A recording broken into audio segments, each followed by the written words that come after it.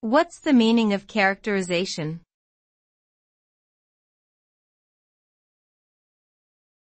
Characterization.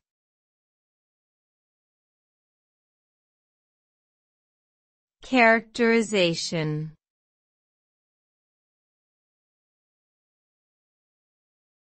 Characterization.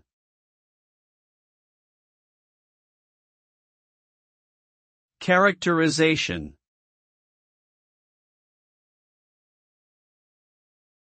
Characterization refers to the process of creating and developing a fictional character in literature or media.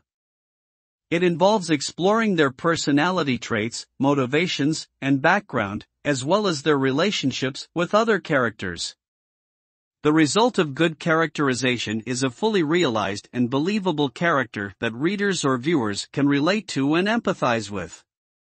When a character is well characterized, they become more than just a name on a page or screen. They become someone that we care about and invest in emotionally. Ultimately, good characterization is a key element of effective storytelling.